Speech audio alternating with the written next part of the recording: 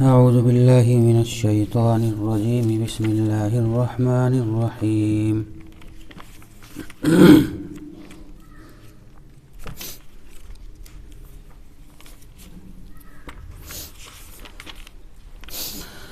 ألم تر إلى الذين خرجوا من ديارهم وهم ألوف حذر الموت فقال لهم الله موتوا ثم أحياهم إن الله لذو فضل على الناس ولكن أكثر الناس لا يشكرون صدق اللہ العظیم۔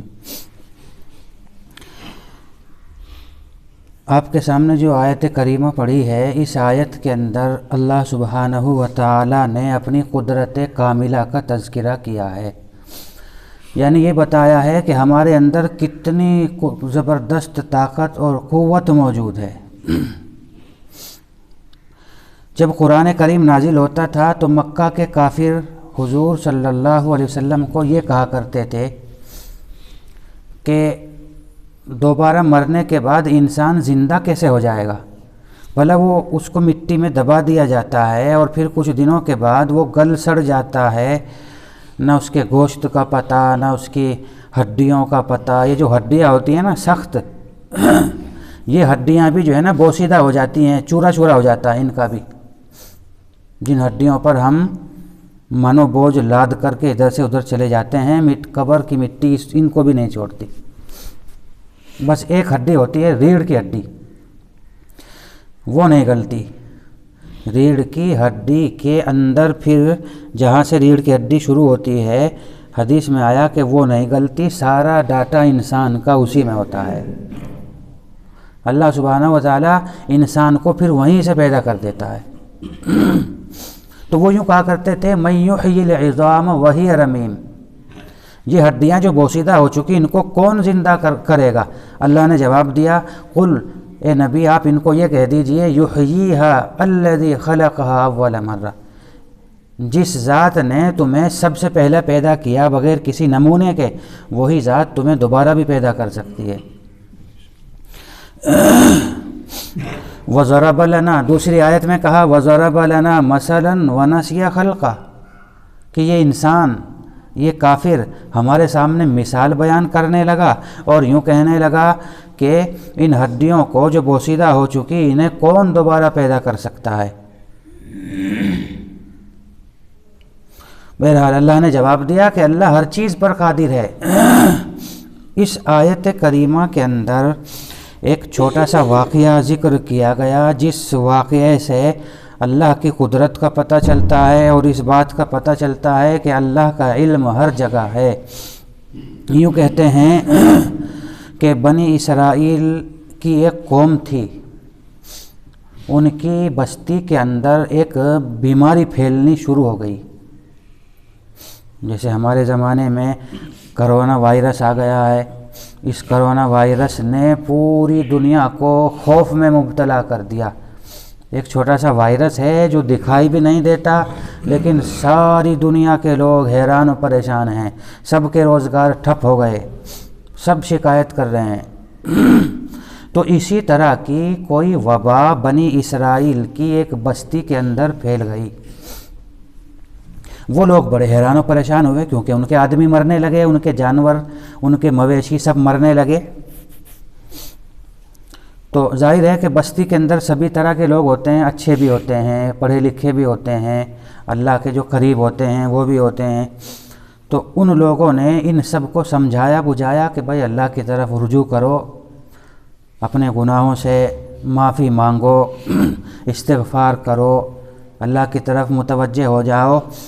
مگر ان لوگوں کا ذہن اس طرف نہیں گیا، وہ کہنے لگے کہ ان چیزوں سے کیا ہوگا، ہم کو تو جو ہے نا یہ بستی چھوڑ دینی ہے، ہمیں اب یہاں نہیں رہنا ہے، اس بستی کو چھوڑ کر کے ہم کہیں اور جا بسیں گے۔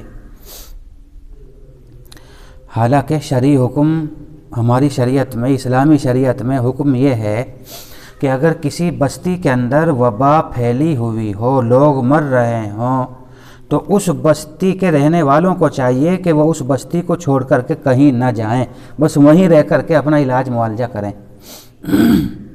اور دوسری بستیوں والوں کا حکم یہ ہے کہ وہ اس بستی میں انٹری نہ کریں، وہ اس میں داخل نہ ہوں۔ جو باہر کے لوگ ہیں وہ یہاں نہ آئیں، اور یہاں کے لوگ باہر نہ جائیں، یہ حکم ہے۔ ان کو بیچاروں کو سمجھایا بجھایا گیا ہوگا، لیکن وہ ضد پہ اڑے رہے کہ نہیں، ہم کو تو یہاں سے چلے جانا ہے۔ ارادہ کر لیا کہ فلاں تاریخ میں ساری کی ساری بستی خالی کر دینی ہے، بوڑھے بچے عورتیں جو کچھ ان کے مال مویشی بچے سب، ایک بھی بندہ یہاں نہیں رہے گا۔ چنانچہ یہ لوگ بستی سے نکلے اور چل پڑے، چلتے رہے۔ دیکھا کہ ایک بہت بڑا میدان سامنے ہے، اس میدان کے دونوں طرف پہاڑ ہیں۔ کہنے لگے کہ ہاں یہ علاقہ جو ہے بہت مناسب ہے، یہیں بود و باش اختیار کرتے ہیں اور یہیں ٹھہر جاتے ہیں۔ کھلا میدان ہے، دونوں طرف پہاڑ ہیں، موسم بھی لگتا ہے یہاں کا بہت اچھا ہوگا، خوشگوار موسم ہے۔ لیکن اللہ نے اپنی طاقت دکھانے کے لیے اور رہتی دنیا تک، قیامت تک آنے والے انسانوں کو یہ بتانے کے لیے کہ موت ہمارے ہاتھ میں ہوتی ہے، موت جو ہے ہمارے ہاتھ میں ہوتی ہے۔ ہم چاہتے ہیں تو موت آتی ہے، اور ہم چاہتے ہیں تو موت نہیں آتی۔ یہ بات دکھانے کے لیے اللہ نے اس میدان کے دونوں کناروں پر دو فرشتوں کو کھڑا کر دیا، ایک کو اس طرف کھڑا کر دیا اور دوسرے فرشتے کو دوسری طرف کھڑا کر دیا، اور ان کی ڈیوٹی لگا دی۔ کہا کہ یہ لوگ جب اس میدان کے اندر آ کر کے پڑاؤ ڈال لیں، اپنا سامان یہاں کھول دیں، قافلہ جب یہاں ٹھہر جائے، تمہارا کام یہ ہے کہ دونوں کے دونوں ایسی چنگھاڑ مارنا، اتنی زور سے چنگھاڑ مارنا کہ ان کے کلیجے جو ہے پھٹ جائیں۔ اب فرشتوں کو تو جو حکم اللہ کی طرف سے ہوتا ہے وہ تو وہی کرتے ہیں۔ قرآن کریم میں فرشتوں کی صفت بیان کی گئی، لا یعصون اللہ ما امرہم ویفعلون ما یؤمرون، کہ فرشتے اللہ کی بالکل بھی نافرمانی نہیں کرتے، اللہ کی طرف سے انہیں جو کچھ آرڈر ہوتا ہے نا وہ وہی کر ڈالتے ہیں، اللہ کے سامنے وہ حجت نہیں کرتے۔ اگر فرشتوں کو حکم ہو جائے نا کہ یہ جو بستی یہاں ہے، اس بستی پر یہ فلاں پہاڑ اٹھاؤ اور اوپر سے گرا دو، بس وہ تو وہی کریں گے، وہ اللہ کے سامنے حجت بازی نہیں کریں گے کہ اے اللہ بھلا انہوں نے کیا جرم کر دیا، ہم ان کے اوپر کیوں پہاڑ گرائیں۔ نہیں، اللہ کی طرف سے حکم ہوا وہ تو کریں گے ہی، ان کا کام ہی یہی ہے۔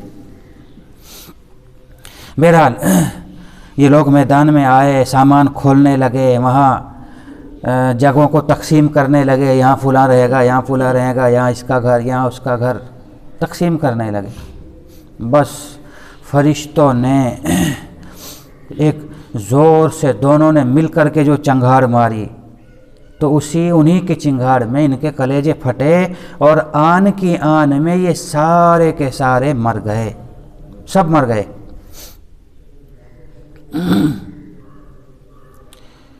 سمجھے؟ اب اس کے بعد ہوتا کیا ہے، جہاں یہ واقعہ پیش آیا اسی جگہ کے پاس ایک کوئی گاؤں تھا، تو اس گاؤں کے لوگ ادھر آئے اپنے جانور وغیرہ چرانے کے لیے۔ انہوں نے دیکھا کہ میدان جو ہے لاشوں سے بھرا پڑا ہے، یہ کون لوگ ہیں، کنہوں نے ان کو مار دیا، یہ لوگ کہاں سے آئے؟ 1-2 دن پہلے ہم یہاں آئے تھے، یہاں کوئی بھی نہیں تھا، اور وہ کوئی 200-400 نہیں تھے۔ قرآن کریم نے ان کو بتایا وَهُمْ الوف الف کی جمع ہے، الف کے معنی آتے ہیں ہزار، اور الوف کے معنی ہزاروں، ان کی تعداد ہزاروں تھی۔ کتنی تھی؟ علماء نے لکھا ہے کہ ان کی تعداد 8-10 ہزار کے قریب تھی، ظاہر ہے کہ بڑا قبیلہ تھا۔ تو 8-10 ہزار لاشیں جب اچانک کسی جگہ پائی جائیں گی تو ایک شور شرابہ ہو جائے گا نا کہ یہ کہاں سے آیا۔ یہ لوگ اتنے کہاں سے آئے؟ گاؤں والوں کو پتہ چلا تو ذرا سی دیر میں وہاں بھیڑ اکٹھی ہو گئی، پورے علاقے کے لوگ اکٹھے ہو گئے۔ تحقیقات کرو، اب اس زمانے میں خفیہ ایجنسیاں تو تھی نہیں کہ بھائی خفیہ ایجنسیوں کو لگا دو، سیدھا سادہ زمانہ تھا۔ اللہ کے نبی صلی اللہ علیہ وسلم کے زمانے سے بھی پتہ نہیں کہ 1000 سال پہلے کا واقعہ ہے، یہ 2000 سال پہلے کا واقعہ ہے، کچھ بتا ہی نہیں سکتے، اتنا پرانا واقعہ۔ تو وہ گاؤں کے لوگ سوچنے لگے کہ اب ان لاشوں کا ہم کریں کیا؟ یہ تو 8-10 ہزار ہیں، 8-10 ہزار قبریں کھود کر کے ان کی تدفین کرنا یہ تو ہمارے بس کی بات نہیں ہے، پھر کریں کیا؟ ان کو سمندر میں پھینک دیں، دریاؤں میں ان کو ڈال دیں، جنگلوں میں پھینک دیں، ان میں آگ لگا دیں، کچھ سمجھ میں نہیں آیا۔ اگر کچھ نہیں کرتے تو ان کی لاشیں سڑ جائیں گی اور ہمارا رہنا بھی یہاں دوبھر ہو جائے گا، پورا علاقہ بدبو سے بھر جائے گا۔ تو کوئی سمجھدار آدمی تھا، اس نے کہا کہ بھائی ایک کام کرو، یہ اس میدان میں جس میں ان کی لاشیں بکھری پڑی ہیں نا، اس پورے میدان کا ایک حظیرہ بنا دو، ایک 4 دیواری بنا دو، ان کی لاشوں کو اکٹھا کر کے ایک 4 دیواری بنا دو، اور وہ 4 دیواری ہی ان کی قبر ہو جائے گی، بس اوپر سے کچھ تھوڑی بہت مٹی ڈال دو۔ انہوں نے ایسا ہی کیا، ایک حظیرہ بنایا اینٹوں کا، اور ان کی لاشوں کو وہاں اکٹھا کر کے اوپر سے کچھ جتنا ہو سکا مٹی وغیرہ ڈال دی اور اپنا چلے آئے۔ پھر اس کے بعد یوں کہتے ہیں کہ اللہ کے ایک نبی تھے جن کا نام تھا حزقیل، حضرت حزقیل، اتفاق سے ان کا گزر ہوا یہاں سے کئی 100 سال کے بعد۔ ان کی نظر پڑی کہ ایک حظیرہ سا بنا ہوا ہے اور انسانی کھوپڑیاں ہزاروں کی تعداد میں یہاں بکھری پڑی ہیں، ہڈیاں بکھری پڑی ہیں۔ تو وہ سوچنے لگے کہ یہ کیا ہے، یہ کون لوگ ہیں؟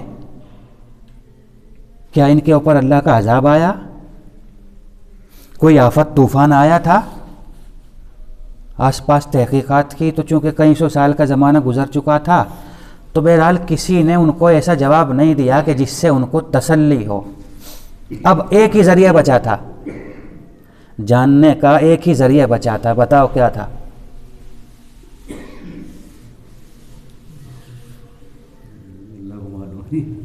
ایک ہی ذریعہ بچا تھا، وہ یہ کہ اب اللہ سے ہی پوچھا جائے کہ یہ ماجرا کیا ہے۔ چنانچہ انہوں نے اللہ کی طرف توجہ کی۔ انبیاء پہ تو چونکہ ڈائریکٹ وہی آتی ہے نا، نبیوں پہ تو وہی آتی ہے۔ یہ پورا کا پورا قرآن کیا ہے جو ہمارے سامنے آپ کے سامنے رکھا ہوا ہے، یہ وہی تو ہے۔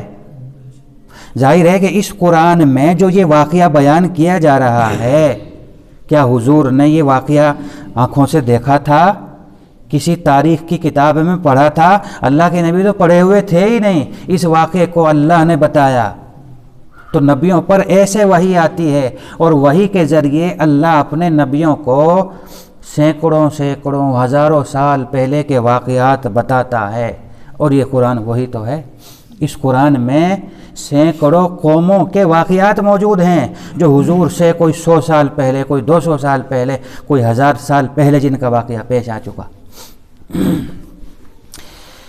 تو اللہ کی طرف توجہ کی، اللہ نے وحی کے ذریعے پھر پوری تفصیل بتائی کہ یہ لوگ وہ ہیں جو ہمارے اوپر یقین نہیں رکھتے تھے، ان کو پتہ نہیں تھا کہ موت اور زندگی اللہ کے ہاتھ میں ہے۔ یہ لوگ موت سے بھاگنے کے لیے اپنی بستی کو چھوڑ کر کے یہاں آئے تھے، اور ہم قیامت تک آنے والے انسانوں کو بتانا چاہتے تھے کہ موت اور زندگی تو ہمارے ہاتھ میں ہے۔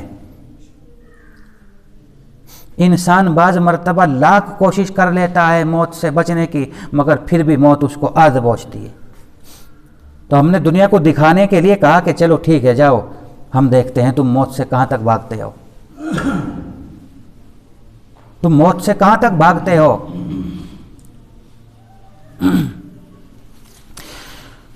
اور پھر اللہ کہنے لگے کہ اچھا آپ تو نبی ہیں، کوئی عام آدمی تو ہے نہیں، آپ انہی سے پوچھ لو، مجھ سے ہم سے کیا ہم پوچھ رہے ہو، انہی سے پوچھو کیا بات ہوئی تھی۔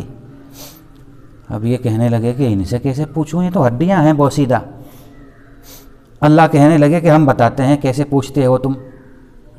ابھی دیکھو ہماری قدرت کیسے، آپ اس میدان کے کنارے پر کھڑے ہو کر کے یوں کہو ایتھا العظام البالیہ، کہ اے بوسیدہ ہڈیوں، ان اللہ یأمرک ان تجتمعی، اللہ تم سب کو حکم دیتا ہے کہ ساری ہڈیاں، جس بدن کی جتنی ہڈیاں ہیں وہ ساری ہڈیاں جڑ جاؤ۔ یہ جملہ تم ابھی بولو۔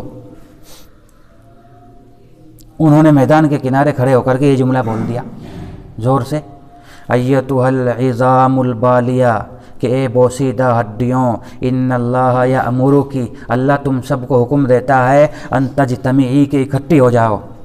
وہ تو بکھری پڑی تھی، کسی آدمی کی کھوپڑی یہاں پڑی ہے، اس کا بازو، اس کے بازو کی ہڈی وہاں پڑی ہے، اس کی ران کی ہڈی یہاں پڑی ہے، اس کی پسلیاں وہاں پڑی ہیں، لیکن انہوں نے جو ہی یہ اعلان کیا تو ایک آدمی کے بدن سے متعلق جتنی ہڈیاں تھیں وہ ساری جڑنے لگی، سب جڑ گئی۔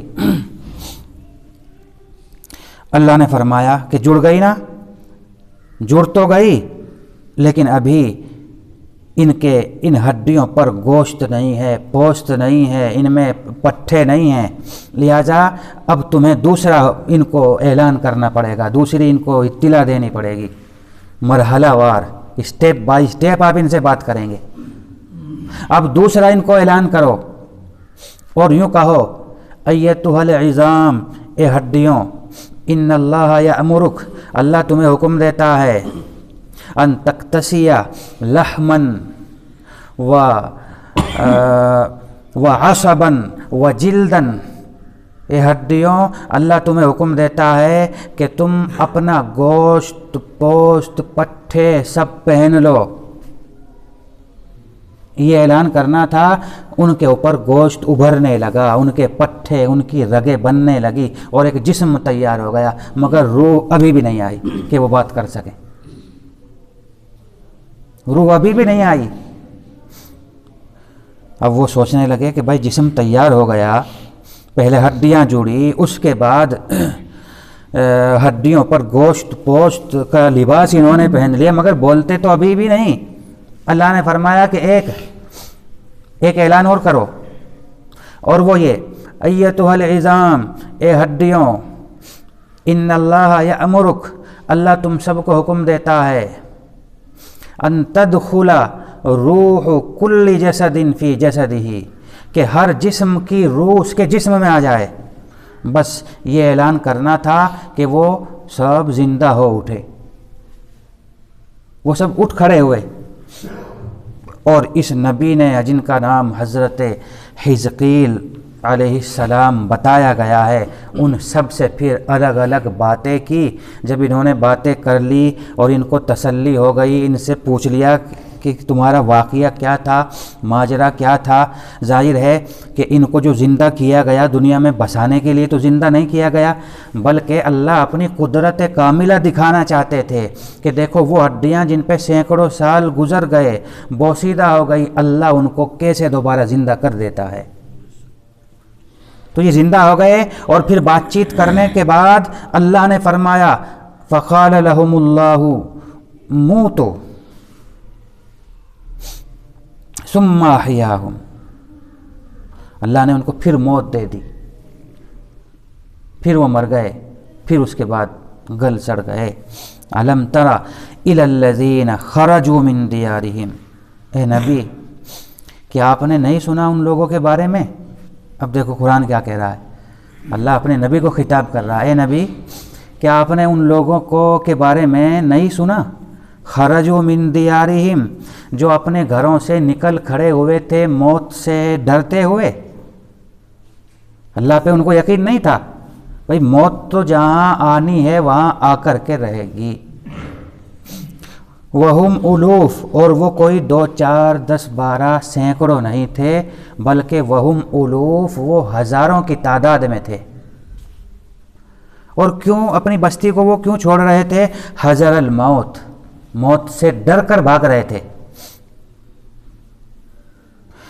چنانچہ میدان میں گئے وہ، اور جا کر کے ارادہ کر لیا کہ ہمیں یہاں رہنا ہے۔ فقال لهم اللہ موتوا، اب اللہ نے ان پر حکم، ان کے بارے میں حکم سنا دیا کہ تم سب مر جاؤ۔ فرشتوں نے چنگھاڑ ماری اور وہ سب آن کے آن میں مر گئے۔ ثم احیاہم، اللہ فرماتے ہیں کہ ہماری قدرت کو دیکھو کہ پھر اللہ نے ان کو زندہ کر دیا۔